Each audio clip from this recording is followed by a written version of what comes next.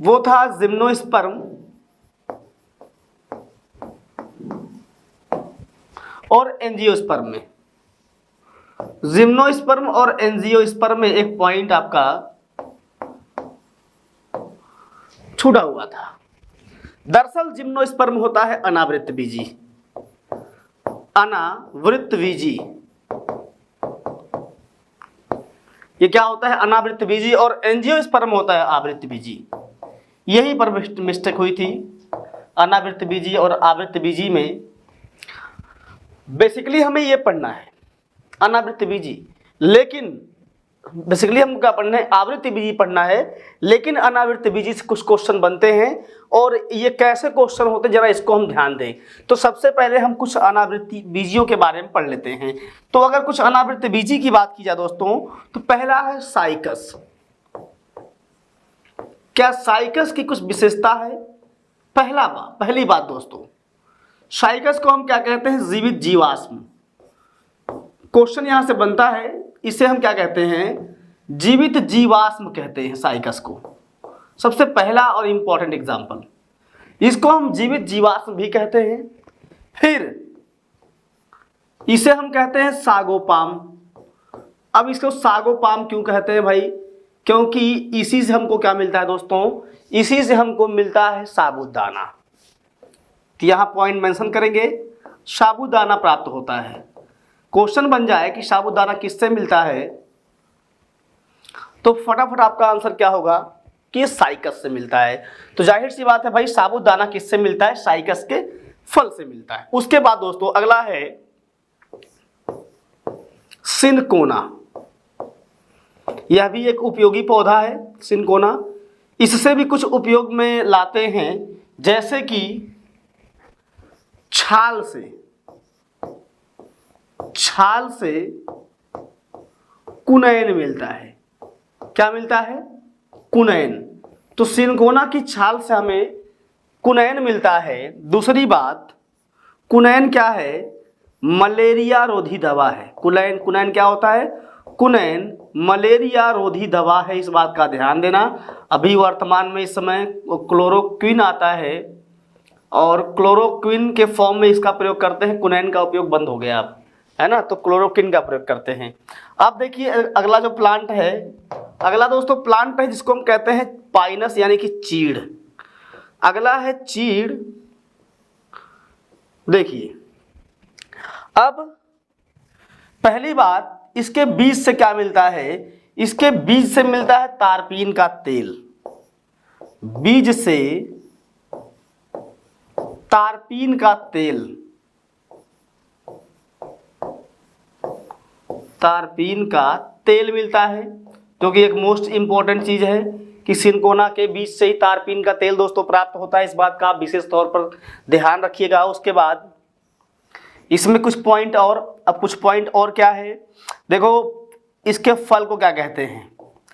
फल को चिलगोजा कहते हैं।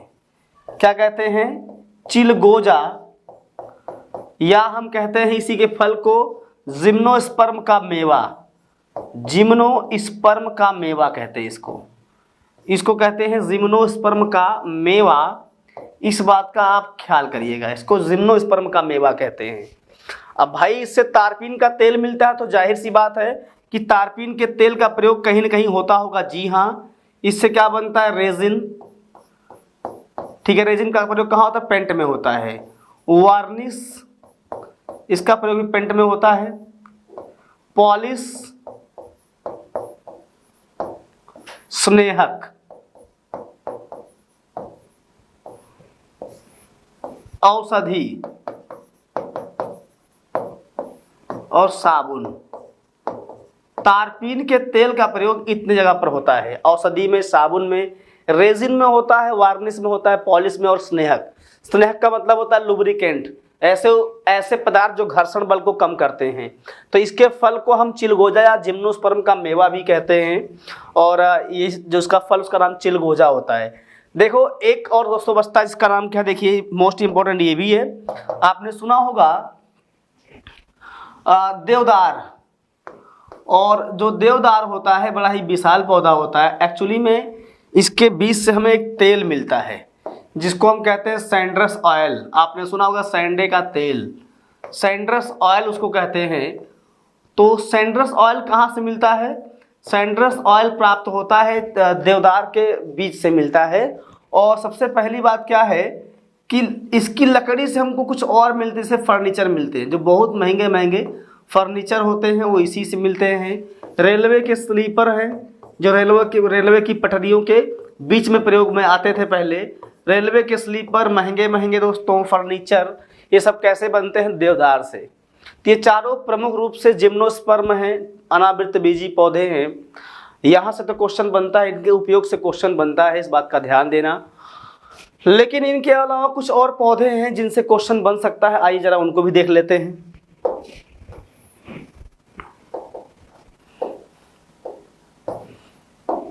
जैसे दोस्तों कुछ वन लाइनर पॉइंट बनते हैं, जैसे सबसे बड़ा वृक्ष, उसके बाद सबसे लंबा वृक्ष, सोचते रहिए आप लोग, फिर सबसे बड़ी पत्ती, सबसे बड़ा बीज, सबसे छोटा बीज, फिर सबसे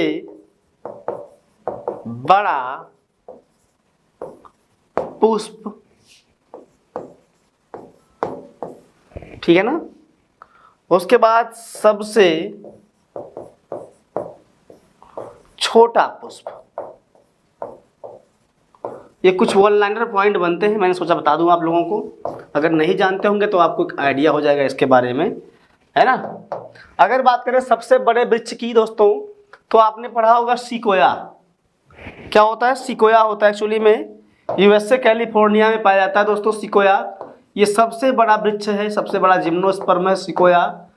और सबसे लंबा अगर वृक्ष की बात की जाए तो यूकेलिप्टस लंबाई में सबसे अधिक होता है। और यहाँ जो सिकोया है ना, ये व्यास में ज़्यादा होता है, चौड़ाई अधिक होती है, लेकिन यूकेलिप्टस लंबाई में ज़्यादा होता है। सबसे बड़ी पत्ती किस चीज़ की होती है जानने का विषय है।